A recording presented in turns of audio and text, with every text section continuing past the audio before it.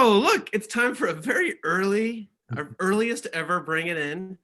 TrueHoop's little Zoom from quarantine show. It's Friday with Jarod. How's everybody doing at 8 a.m. Eastern? Very good. Very good.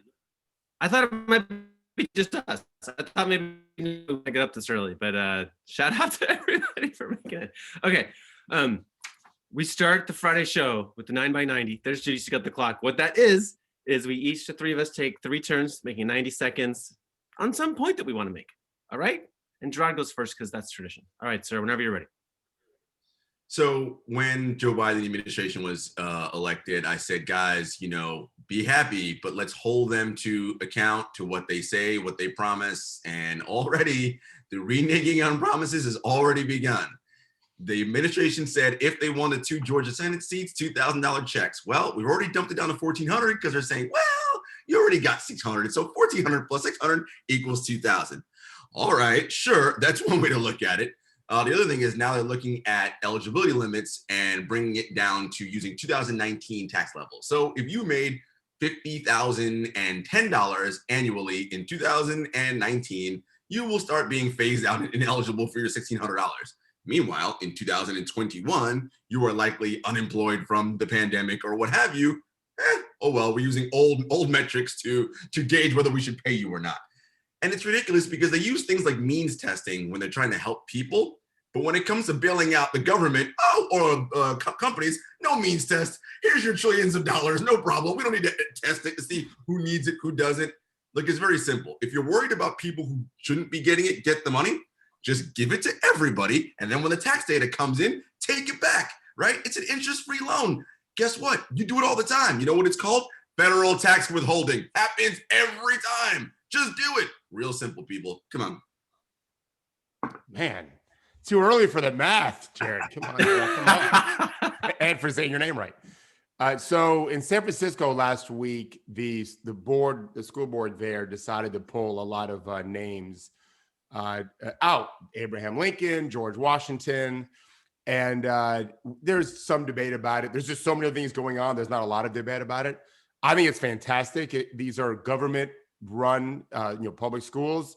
I'm all about coming up with some kind of federal process so that, my concern is, and this is a little bit wild, but Miss Gorman, this poet laureate that has really taken us by storm, is amazing. And she's 22. And she might say something one day that isn't really great when you look 15 years down the road.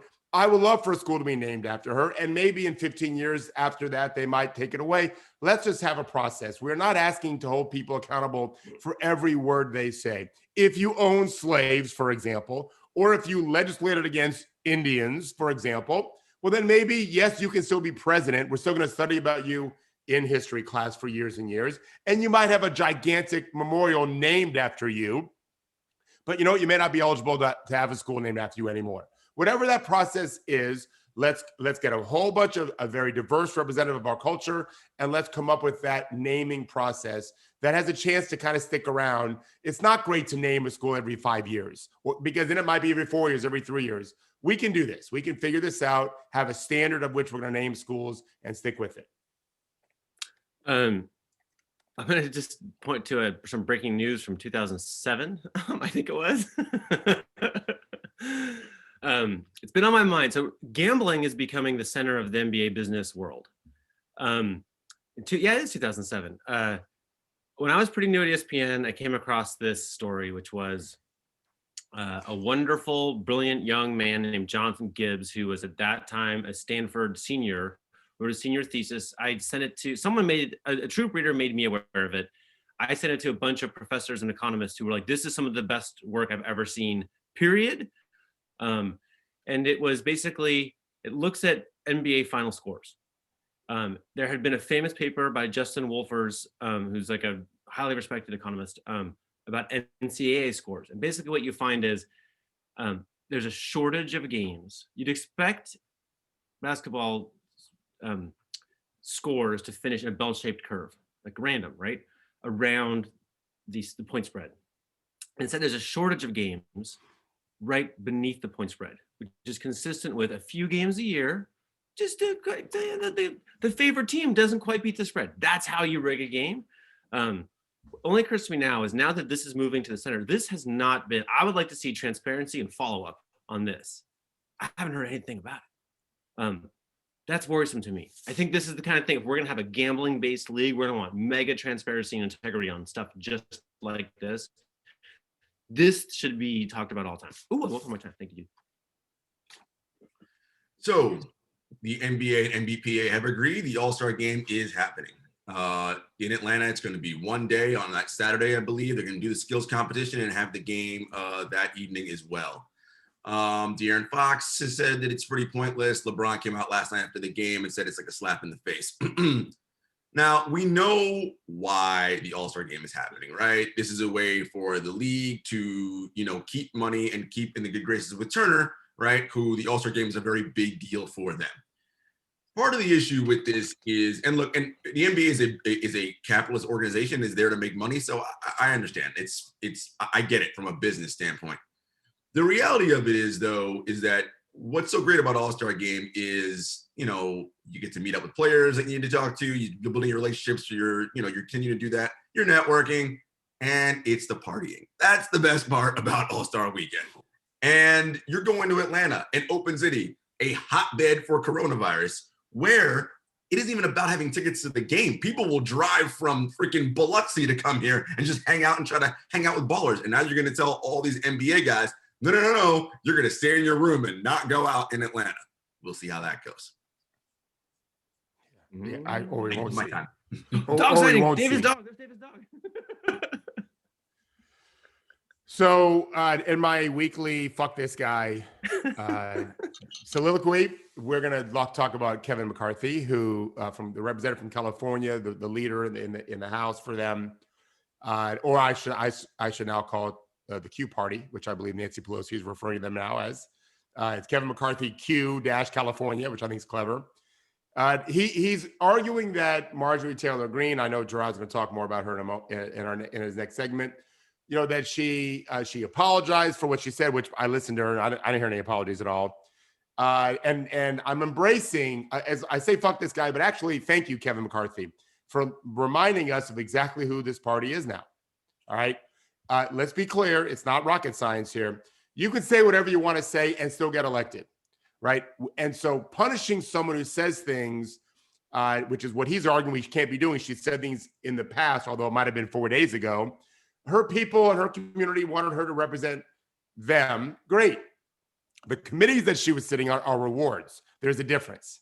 We don't have to reward people for saying Nazi shit or bigotry or racism or anything. They got elected, and unless there's some kind of process to impeach, she's allowed to serve as a representative. Rewarding is different.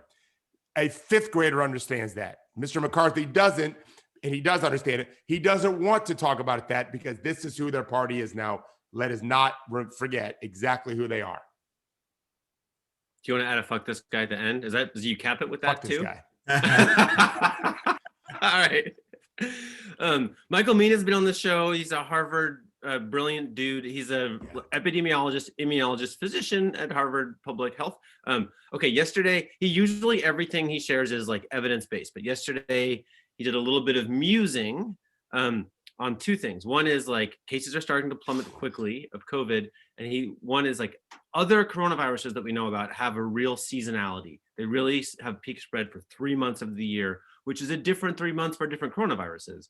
And he's just suggesting maybe we're learning that this one is October to January, which could explain some of the fall. He also says, basically, we don't really know if we're undercounting cases by a factor of 5, as some studies suggest, or a factor of 10.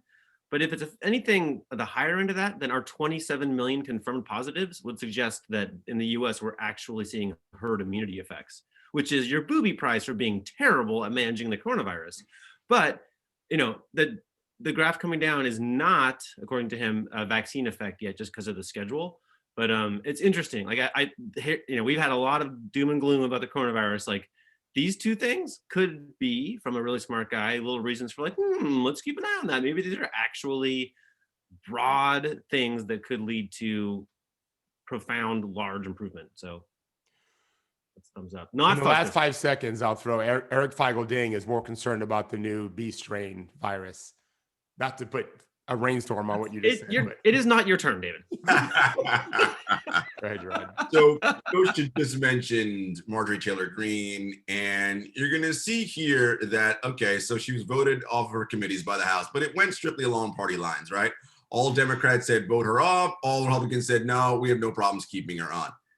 She is a dangerous individual in our political structure because it's a two-party system. And you see by all the Republicans agreeing with her that they are co-signing what she is doing. She is not a fringe, kooky, weird member. She is the center and who that party is rallying around. It's people who think like her. She is someone who thinks that 9/11 was a hoax. Someone who was accosting a Parkland shooting survivor, one of the kids from the school, saying that he was a coward. Like, this is a crazy person. Someone who sent an email to fundraisers saying that AOC told people in this letter here to punch police officers.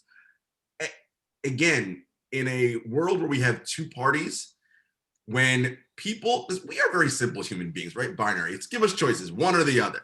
Well, if for whatever reason Democrats aren't speaking my language, well, then this is my other choice. I'm going to go here. This is a major, major problem. People like her and the Republican Party. And again, in a two-party system, if this is the other side, we're in a lot of trouble. Or they are. I agree. So the Magic announced yesterday, Orlando Magic, that they were signing the G League Player of the Year last year to a two-way deal. And that's really an entree for me to talk about the season about to come up that you aren't aware of. The G League starts, I want to say, first scrimmages are Saturday, Sunday, and first games are February 10th and 11th. 16 games. They'll be playing their championship game a month later. It's going to be wild and woolly and super talented. And as we watch these teams that are struggling to field teams in the NBA or field full rosters, and the Warriors the other night had no centers because of all sorts of rules regarding how you can add someone because of COVID, whatever. There's protocols that take place.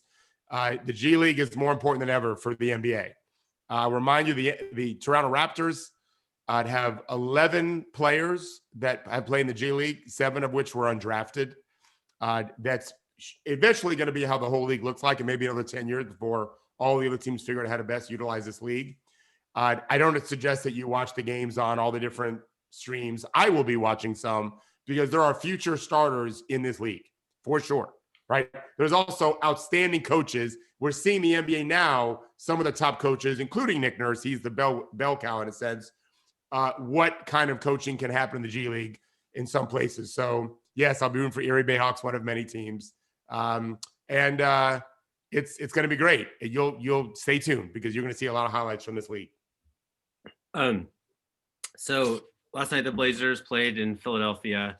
Hold on just one second, Judy. I'm going to read this whole thing. So they were without Damian Lillard, CJ McCollum, Yusuf Nurkic, Derek Jones Jr., Nasir Little, Zach Collins. Who else am I missing? They were going to lose this game. The 76ers are good. The 76ers played without Ben Simmons and I think maybe some other players. But I woke up. I fell asleep. Woke up this morning. I'm like, this guy on the screen right now. His name's CJ Elleby. He basically has never played. He was a second-round pick from Washington State. I think he's had 70 minutes of garbage time in his garbage can in his career. And then he played well. But what I really want to show you is why I love basketball. He's doing this little interview about a big play he had. Here, got a steal and a dunk. And now watch Gary Trent Jr. in the background. This is the greatest thing ever.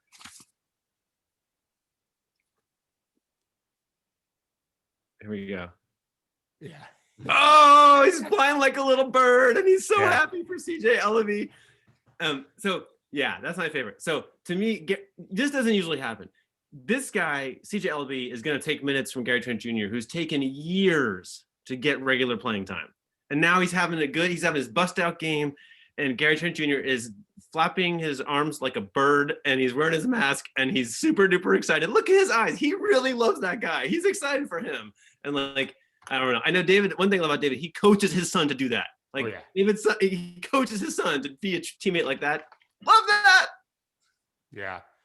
I think we're doing. Should I throw cold water on your Blazers excitement? No, I won't leave it alone. You go ahead. There we go. No, it's the best. No, it's no, the go ahead, best- go ahead. Ray, it's okay.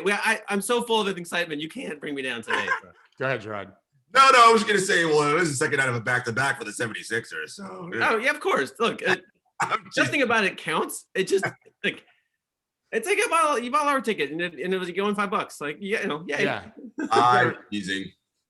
They could have rolled over and played terribly. They didn't have. I mean, they probably did have to play Elleby, but to Henry's point, it's a small league, right? And every minute is a zero-sum game in many respects. And yet there we have Gary Trent Jr. Showing joy, which is what you need to be doing. And Henry's right. I have absolutely coached my son and anyone I've ever coached. I've kicked kids literally off the bench and made them take off their jersey in the locker room and go sit with their mom in the stands because they didn't go through our pregame high-fiving with enthusiasm enough. Literally, I did that once to our best player.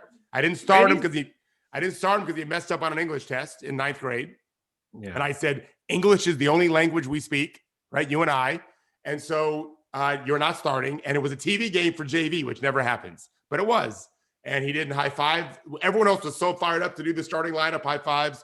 And he wasn't enthusiastic. And I kicked him out. His name was Marlon Danford. We're still friends now. He's almost 50 years old. And I made him go in the locker room, take that, you don't deserve to wear a jersey, go sit with your mom and your little brother Kerry in the stands. Do your damn high fives. Yeah. They just, he wasn't doing it with passion. This is bringing in history. We've had a participant raise his hand to join us. I guess we should let him join. I did see Randy put his hand up. You got to care about. Oh, it was an accident. You got to care about your teammates. Oh, it's great. Honestly, that's the best thing to me. And then David, to your leadership definition, right, is basically breathing spirit into the hearts of others. Like, if you sit on the bench, glum, you might be justified, but you're not leading, right? You're not going to make someone better. Well, you're breathing some kind of spirit, not the spirit we want. It also helps you, to be fair, it helps you be invested. It helps you feel invested. Now, speaking of my son, we watch our games. He doesn't play. He's redshirting. He's not going to play a game all year. And and Henry knows, I think he's seen at least one game. He is in it like he's trying to win it. You've never seen anything like this. Play. Yeah. He talks to his teammates before a game, helps them have a plan, whatever he can do to invest. And when they lose, he's destroyed. And I'm thrilled. And that's how it's supposed to be. He's pushed the limits a little bit to stake out some territory on the baseline because he needs room to fully celebrate plays. He's all over the place. He can't, because of these rules. We see in the NBA too. Remember in the NBA playoffs, I told you guys this. No one's ever written about it, I don't think. JaVale McGee and Dwight Howard sat on opposite sides of their bench, which encompassed 3 rows, right? Yeah. And every time they made a teammate made a 3, they would walk across each other and high five, and then sit in the opposite spot. and by the way, every team has that kind of thing where players talk behind the scenes. My son used to have a different 3-point dance for every teammate on his team in AAU, and he was a starter. So when he went to the bench is only when he could celebrate, and when he got warned by the referee for excessive celebration, I would reward him with ice cream afterwards. Like, hell yes. Well, and there's God, I was trying to think of a good example, but okay, let's say there's some injuries in the playoffs, an important moment, and guy who doesn't, CJ Elleby of the future, of the past, like now is going to play in the playoff game. Yeah. On some teams, that CJ Elleby figure knows from hearing it in practice and hearing it from teammates that they don't really want him there. Yeah. Right? Like they don't want him to have the ball. They don't want him to be good. They don't want to have, there's agents involved. There's a bunch of, families. There's all, it's complicated. It takes conscious effort to overcome this real competition, right? So these little moments, right? I think what's happening now is there's a chance CJ Elleby's 4% readier to make that big play because he thinks people believe in him should the opportunity arise down the road, right? It's not just David Thorpe's kind of fun theory. It's right. It's real. We're trying to make a team. Right. And I think that the more you can actually, there's another thing we talked about on the show about, building trust is the key to an efficient offense and moving the ball and playing together on team. If, this is it's a little drop. It's a little drop in the bucket towards building that kind of trust. It lets you do better things. And to that point, actually, CJ McCollum tweets after the game. great effort, guys. Like now maybe we're up to 22nd in the league in team defense. Is that what he tweeted that? Yeah. That's funny. It goes to Jarod's point too about the Q party, which is what they are now. It hurts all of us to have a party that are really nothing but QAnon conspirators. We're supposed to just disagree about things like the military budget, right? And spending in general. These are fairly debatable topics. I can argue with my great friends here on policy issues, but I can't argue with you, nor would I want to, regarding that side of the political spectrum right now. They are racist bigots who just want control and put the rest of us in our place. Me being a Jew. If I was a Christian white dude, I'd feel differently. Maybe if I had no integrity. And so this is the problem: is we want to cheer for all members of Congress. We can't because they're not cheering for us. Yeah, I'm a little bit like I think it's very difficult to really bring myself to want to police or care what everybody believes. I think like people are going to believe all kinds of crazy. Right. I could go way down a rabbit hole on this one, but we have to care about what you do, right? And so 10% of America is batshit crazy, maybe kind of evil, possible. Maybe it's always been that way. Maybe it's more, right? What's alarming to me now isn't that so many people really believe QAnon. That is alarming actually, but more alarming to me is how many people don't believe but sit on their hands anyway, right? Like you've been elected to lead. You've been elected to. I think that there's no way Mitch McConnell believes this crap, right? Like no way. He doesn't. We know he doesn't. He's shown his cards a little bit, but he lets a lot of it go, as do who knows how many other elected officials, right? This is the permission is alarming when you're supposed to be a leader. It is self-interest above the collective good, which is when you are an elected official and you are serving, right? You're in public service. Your job is to care about the public, right? You serve the public. That is your job. But these people are not serving the public. They are serving themselves. And, again, when you only give people two options, this is problematic, right? And again, when you are the Democratic Party, as I said to start out, you told the people $2,000 checks, just fucking do it. It's not difficult. You can pull the money back later. If people who got it didn't, it's very easy. You do it all the time. I don't know what the big deal is. It's just crazy to not do what you said you were going to do. And then you get mad when you lose midterms. I wonder why. You lied about what you said you were going to do. And this, especially the $2,000 check issue, and why I hammer on it is because very few things in society poll well by the majority, right? Just because of the disparate interest. That polls extremely well. Shots and checks, right? Vaccines and those two things are polling so well. Just do them. Just do it. It's so easy. All right, Jarod, you texted me something about estimated plus minus. What's going on there? What's the deal? So I want to make sure I understand it clearly enough first. So from what I've read, it is, of all these advanced stats, it is the most predictive. Is that correct? Well, so Taylor Snar, who created it, has said to me that he basically wants to make a version that's designed to predict, right? So this isn't quite that version. Okay. What it wins at is if you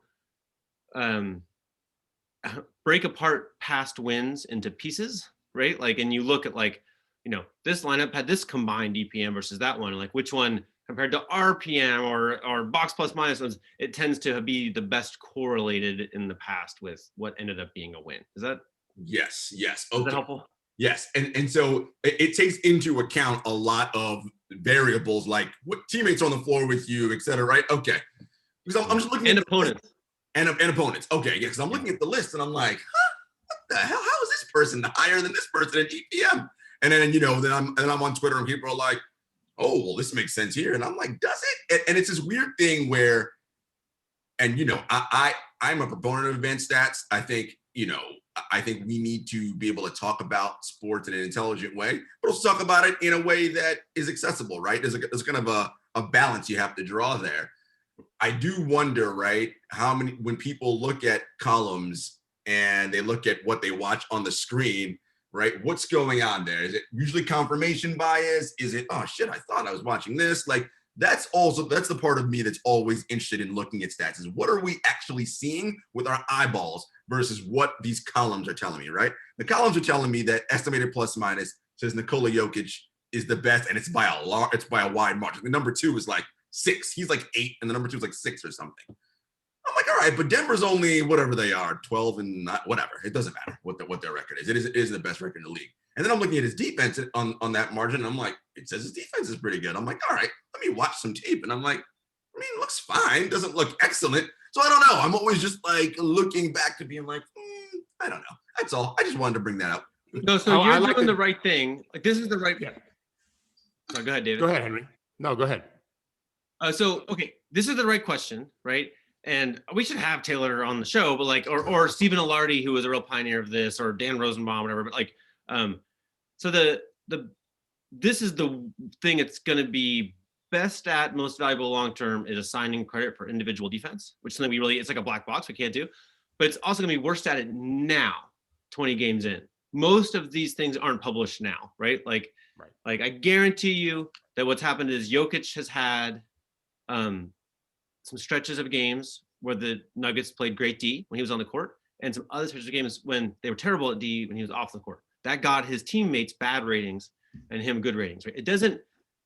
20 games would not accurately project more of that. It might be true, right? David wrote a whole story about how he's fitter now, and I think I'd say there, to me, the point of something like this, and I'm a big proponent of plus minus stats, not because they're definitive, but because without it, the bias is to Allen Iverson. I love Allen Iverson. He's like one of my favorite players of all time. Watching him. But he took a ton of shots, he missed a ton of shots, and he played terrible D, and he was tiny. All those things combined are telling us like he was the MVP, but we understand the game incorrectly, right? And then you get right. Interestingly, the next day in Philly, Andre Iguodala did everything that fans don't like and was very, very good in helping his team win, which is just confusing. And this is something we want to learn from. I think of it like this. I think of it like, forget basketball. Any project a group is doing, right? I'm interested in the player who you plug into that project, and the project just tends to go better. And it might be because they got everybody coffee and donuts one day. And it might be because it could be, this is how real life works. It's like what David's definition of leadership might be the high fives, right? It might be anything, but I think we should be curious about what works. Mm-hmm. And we have no other way of finding it. Like if it used just game scores and try to figure out that when Andre Iguodala goes around the league, his teams do a little better. Like it's just too, you have to take the moments he's on the court and compare the moments he's off the court and then do your best. And Taylor's done a very good job. Like to me, I'm just trying to identify who bought donuts. I'm like, thank you, Andre Iguodala, for the donuts. The team loved them and they played really hard. Let me throw two ideas out that I think will help us embrace this whole thing. So the one is that the game's a very fluid game to game. There's a cumulative effect for sure, and there's a fluidity to it. So here's what I mean by that. The Jazz are shooting, someone could look it up, 40-something threes a game, okay? They're on a pace. They've made more threes to this date in the season, meaning games, not calendar date, than any team ever has in the history of the NBA, all right? Last night they took, I want to say 27, okay? Why? They made 13. They're a really good shooting team because I watched the game. I love what Lloyd Pierce did. He's like, I ain't letting those motherfuckers beat us from three. They guarded them tight. Now, they gave up 27, right? They didn't give up 42 or 45 or 50, which is possible. They made a conscious choice. They were missing Trae Young, and they knew we can't keep up with those cats if they have one of their big games. They still got their ass kicked pretty good, but it was a strategy for them. I promise you, other teams are going to start doing that more, right? Any team that has a guy like Clint Capella at the rim, which half the league does, is going to extend their defense even more, help less, blah, blah, blah, and take that away. Well, these things come and go during the season. As a team is having success or a failure, their opponents will adjust for that. So that's to Henry's point about early in the season. Over the course of time, whether it's in season or in career, guys like LeBron James, Anthony Davis have seen it all. It's why I like JJ Redick coming out of Duke more than most people apparently did. He had seen everything already since he was 14 years old, and no one's ever been able to figure out how to stop him. Right. And so these greatest players don't have a good month here and there. it's almost always they've seen everything and they continue to compute and compute. The second part of the equation is this league is full of lots of games against lots of teams. But to your point, Jarod, Nikola Jokic is having an amazing defensive season in the aggregate, where they played a bunch of Atlanta Hawks type teams, whatever. Against the Lakers, he's not the best player in the league. He's not the best player or the best defensive player in the league in that one game. And that's all right. We give MVPs for the aggregate, not for the playoffs here. We have a postseason MVP. I'll remind you of this. Daryl Morey told me many years ago when he finally acquired Kevin Martin from the Kings. I've said this before on the show once, the first part of this. He said, when Yao Ming is in the game and our team's in the bonus, he's the number one offensive player in the league. If you remember, he was 80% free throw shooter, right? So, and he got fouled a lot. So Kevin at the time was one of the top 2 or 3 guys at drawing fouls. Brilliant analysis by Morey, but he added something else. He said, against our top 5 opponents, he's the number 2 shooting guard in the league after Kobe, based on the whatever metric, whatever it was. Kobe was number 1, Kevin was number 2. There's an analysis aspect to this that we don't tend to see. And these GMs are not looking at the aggregate only. They're looking at who their opponent is. And that's a factor that will help us appreciate the minute details going on in the chess games of these boardrooms for NBA teams. I think that's fair, right? Like that's the thing about looking at metrics all season long. And then how I was talking about how the game changes in the postseason, right? Like when you get to play the Wizards, the Cavs, and all these bottom feeding teams, it boosts and helps you, right? But then when you get to play the Clippers out of 7 games, well, your numbers ain't going to look as great because it's the same team. I know what you're doing. It's all these different things. So I think it's interesting to look at that balance back and forth, right? Like how well you perform regular season versus how it performs in an isolated example in 7 games, which is in and of itself a short sample size, right? A 7-game series is a short sample size in comparison to 82. It's just that those 7 games happen to be more important than the previous 82 in terms of winning the ultimate prize. So this is but we are talking about the only kind of stat that's ever existed that does account for that, right? Like you play good D against Joel Embiid, this will count that a lot more than if you play good D against CJ Elleby, right? Like, I think it does account for that. Maybe it's not perfect, but like you have looked at stats your whole life that ignored that entirely, right? Right. Well, and actually Bilal has a good question here. The data has to be taken in context, and that's true of every single stat ever. But I do feel like with new stats like this, people will apply a test to it that we've never applied to any stat ever, right? Like, oh, well, it missed, like the bus was late to that game. It's like, you don't think that points per game missed that? Like every stat you've ever seen missed that, right? Like, why are we, it's a selective enforcement, right? Like this one's approaching who bought the donut status, like level of granularity, right? Like, yeah, maybe it's helping us, like, but it's helping us identify things that we wouldn't necessarily see so easily unless we were really studying games. And I gave Henry an example yesterday. I was looking at the best small forward defensive players in the league because a player in the G League asked me, who should I be studying on Synergy? Because I'm going to get to play 3 for the first time. He's always been like a 4 or 5. And on that list at number 5 or 6 is Devin Vassell, the rookie from the Spurs. No one would ever think he's one of the best defense players in the league. He's good for a rookie. No, he's good for the league. As of now, according to Taylor's site, which I adore and love, he's playing really good defense. And I'm hearing things behind the scenes from people with the Spurs kind of backing that up. That he's better than most people would think you could be at this age because of his mind or whatever. And so when Bilal's point, Dr. Lennox's point about context, I think Taylor is building in context. Like that's part of what he's trying to do is he is factoring in who you're doing your work against. It's early in the season still. And with COVID and everything else, it's a wild scene, but I love the tool that he's providing us. Yeah, no, it's super interesting. I love it. When I texted Henry last night, I was like, oh my God, people are going nuts about EPM. We got to talk about this thing. Well, because it's also this way of like, all right, here's a new stat. And there's a certain segment of NBA Twitter that's like, all right, let me show how I'm smarter than everybody else and talk about. And I'm like, I don't think you really know how this really works. It's kind of early. And then there's the people like, it doesn't mean anything. It's like, as usual, no nuance, right? You're either hot all the way in, or this is the stupidest thing I've ever heard. Nobody cares about it, right? And most people's hobby is being right.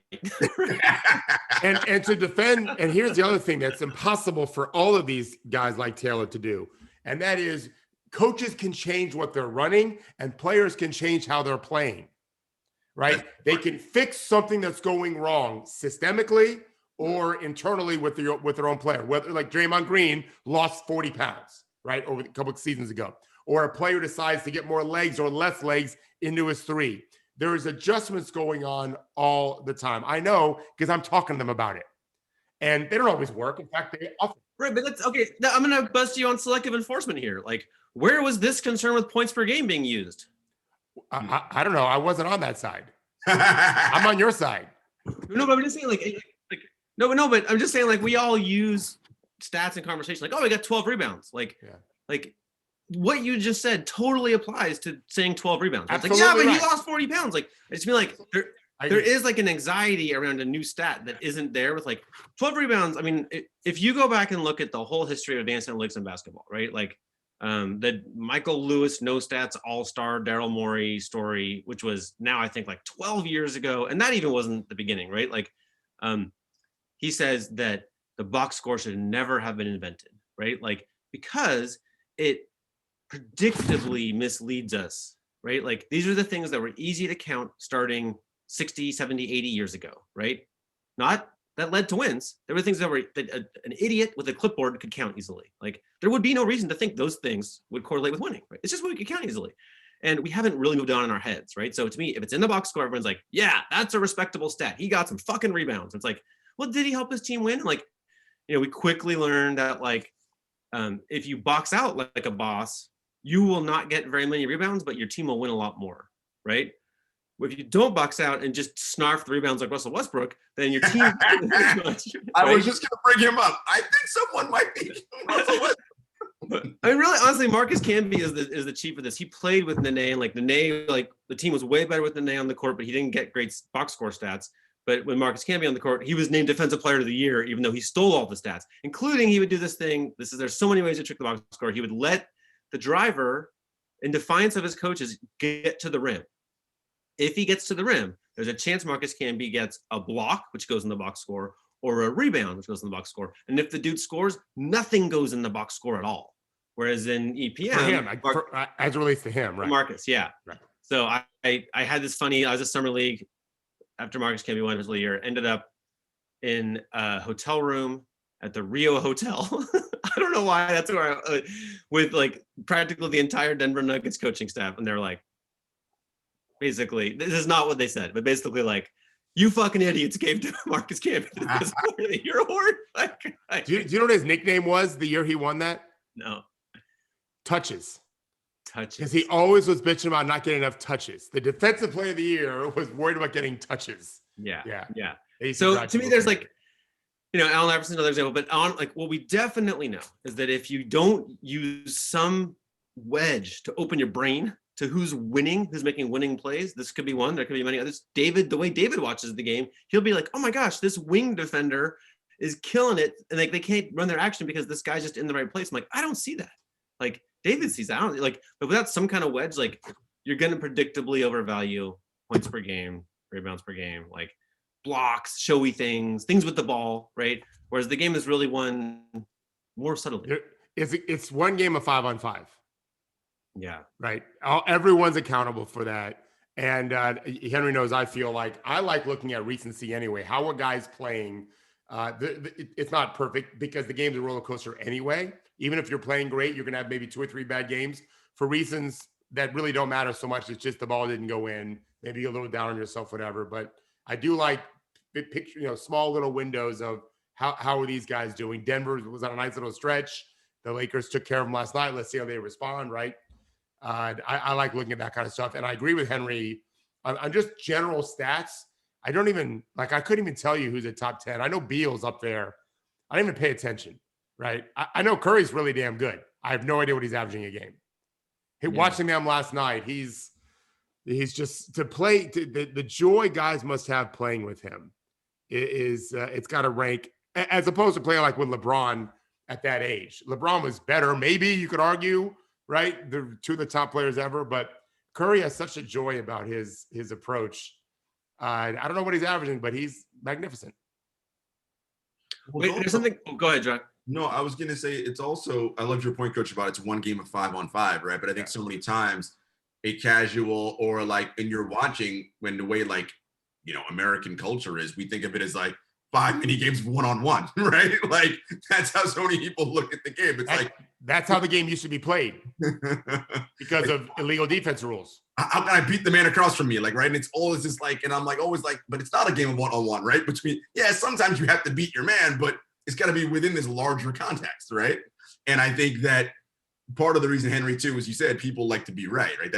And so counting stats prove that I'm right? Because that's an easy thing to measure. This fucking math with calculus and shit, I don't know what that means, right? That doesn't prove me right, but this thing does. Points, rebounds, assists, steals, blocks. Yeah, that means I'm correct. So I think it's that tug. Totally.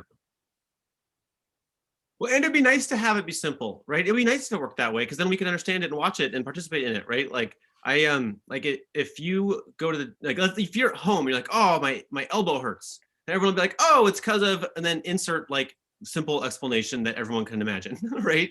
You go to the doctor and they're like, oh, well, they'll start using a bunch of stuff, complicated words but of course, what the doctor says is how it actually fucking works, right? Like the version at home is the kind of amateurish guesses, right? Like it's not cool that the world is complicated like that, but we know a lot now. We know about, things that happen under microscopes or with artificial intelligence or whatever. And like if you want to be accurate, you kind of need to use the new tools, right? Like it's just the way you win a basketball game is not, ooh, boom, roasted. Right? It's not I made him fall down with a crossover. That's not how you win a basketball game. Like it's how you make a highlight, but it's not how you make a win. It's a fear that so many people have too, Henry, and it's a human thing. Nobody likes to feel like, one, they're wrong, but two, and more importantly, feel like they're not smart, right? Like you feel like I'm stupid. Like that's like, it's like, people can't handle that, right? And so that's why this and the easy stuff makes it easy for you, because God forbid I'm stupid about something like basketball, right? It's like, this is just a game. Okay, if I'm stupid about like politics or whatever, people may have a little more tolerance for that, but not sport. Like I have to be right about this. This is a game. And that's where we have a lot of. Yeah, I think curiosity, I value curiosity more than ever now, right? If anybody's like, that's interesting. I wonder how that works. Like, go that person. Like it's the only way we can be now because we're all idiots compared to. Think about we talk about a one game of 5-on-5, and the game used to be 5 games of 1-on-1 because of the illegal defense rules. If you put those rules back in, we'd be right back to where we were before. And the game we'd score more points than ever because you can't help as easily as you can now. So think about the impact Bird and Magic made. All right. These were large men that understood it was one game of 5-on-5, right? They stayed weaponized as scorers. Remember, Will Chamberlain was 7 feet tall and led the league in assists, I believe, but he wasn't trying to score. He was trying to prove a point. He wasn't winning the same. Bird and Magic were the most dominating winners of their era as their best players for most of that time. Kareem was amazing, obviously, for some of Magic's years, but it was Magic's team. They played one game of 5-on-5 at 6'9" and had skills to handle, score, pass, lead, win, right? That's why they are on any Mount Rushmore you would have. Those two guys, I mean, Kareem needs to be on there. We've gone through our top players ever. Those two guys changed the game that way. They weren't little guys who were expected to dish more. They were big men that played jazz the right way and won. And to me, and Michael Jordan, we've talked about him, and he's got, he can wear his horns and do all sorts of terrible things. But Jordan understood. Wait. What are you talking horns, about? Like he could be the devil. Like he had some bad things in his life. I thought there was something I missed about Michael Jordan. No, he ain't some kind of angel, but he was about winning, as we know, and he revered Magic and Bird. I said for years, and I was any kind of NBA guy that way, but I always thought he'd leave after 6 because it was one more than Magic's 5. I didn't know if he'd leave immediately. I didn't know any of that stuff. And he came back. I didn't predict that, right? Those guys were his idols that way because they won. They dominated everything. And to me, as I deal with young players all the time, that context, I talked to a head coach yesterday in the G League about this very thing. The urgency to win should compel you to compete defensively, share the ball, right? Henry brought about trust. This whole game is about trust on both ends. We talked about this on our last show. I'm going to leave my man at the rim to help a driver, trusting that someone's going to come help me. We call it help the helper, right? Magic and Bird did that better than anybody for a long time. Then Jordan did, right? Jordan's famous steal was a help play. Let's not forget that. Jordan has two very famous dishes to little white dudes to make threes to win championships, right? He shot the ball too much. But compared to today's players, everyone was blown away, including Michael Jordan himself. He's like, "Oh my God, I passed once," right? Like, just celebrating today's players, right? Like, or there was the Bill Wennington play, and afterwards, Bill, this was when Jordan comes back, he scores 55 in the Garden, but the game winner, they like quadruple team him, and he shovels it to Bill Wennington, who was all alone, 100% alone, and takes one step and dunks it for the win. And everyone's like, "Oh my gosh!" Like, this was a little bit like LeBron's crab drill moment, where TV blows up with what an amazing concept that he passed to Bill Wennington, because it was so rare.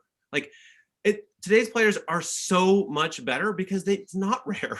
Yes. Not rare at all. LeBron has passed to 1,000 to Bill Wenningtons. It's better basketball. But we're confused about that because of the box. Yeah, way better. Rod, you want to talk? Well, it's just interesting looking back at this, right? Because coach is sort of making this connective, and it's a story, right? And that's how our brains work. We need stories. So it's like Magic Bird begat Jordan, right? Jordan begets and then it goes down and down. Yeah. But if you kind of think about it, right? Like, Jordan didn't really play like those two played, right? Like, those two were willing to get their teammates involved. Jordan begrudgingly got his teammates involved, right? And then that begat Kobe, who definitely didn't want to get teammates involved, who bred this era of stars. But LeBron James is kind of the antithesis of that. He wants to get everybody involved, right? It's this kind of weird thing where those guys are their idols, right? But it's like, maybe they're also using their own brains to be like, maybe they didn't have it 100% right. Maybe my life would be better if I actually got other people involved, right? I mean, the example we love using is Steph Curry. I mean, look, imagine if Kelly Oubre was Michael Jordan's teammate. Holy shit. Like, he might have killed that dude already by now, 20 games into the season, right? Very possible. Curry's Jordan rubbing his back and like, "Nah, buddy, you're okay." I mean, yes, I'm not going to go crazy over 140-point night last night, but that happened because obviously random statistics, he was going to start going in, but you know how good he felt? And Curry was like, yeah, it's all great. Like, that's a good thing, right? So it's this weird sort of like, these are my guys, I know what they do, but maybe they didn't have this right, kind of like evolution, right? If we know that I can grow my neck a little longer, that'll make me a little bit better at getting that foliage up high, right? So maybe that's that. It's always been the case that rules help players evolve. Kareem Skyhook came from banning the dunk. This is what he says, not what I say, right? The illegal defensive rules made this game today. LeBron could not have played like Jordan played. There's too many guys in that situation where if he doesn't pass, he's not going to win games. The help is sitting there waiting for him. Jordan didn't look at a sea of bad guys when he had the ball. Well, he did to some degree because coach was so dumb, they didn't spread the floor. I'm telling you guys, if you teleported today's stretch bigs into that game with those rules, games we would have hundreds of points scored per team. They call him Bill Wennington. I don't know. Well, I don't know if he can shoot, but yeah, these guys. I mean, Miles Turner would be. There's a lot of guys, not just Miles Turner, who can play defense the way he can and shoot threes. You had to stand next to your guy if he was above the free throw line. I don't know why more coaches didn't make guys. Everyone stand above the free throw line, and in fact, some did. The rules evolved these players today for the better. They have to learn how to play one game of 5-on-5 or they won't be successful. I love it. Let's take Miles Turner and Nikola Jokic and drop them into the 1980s. This would be hilarious. Someone's got to invent that. Elon Musk, get on it. I need that time. You guys, we're recording the show at a weird time because of various appointments and medical needs in the greater Troop community. And I screwed up. We were supposed to finish at 8:45 today, so we're a little over. My bad. Thank you, David. Thank you, Scott. Thank you, Judy. We'll see you guys next week. Weekend.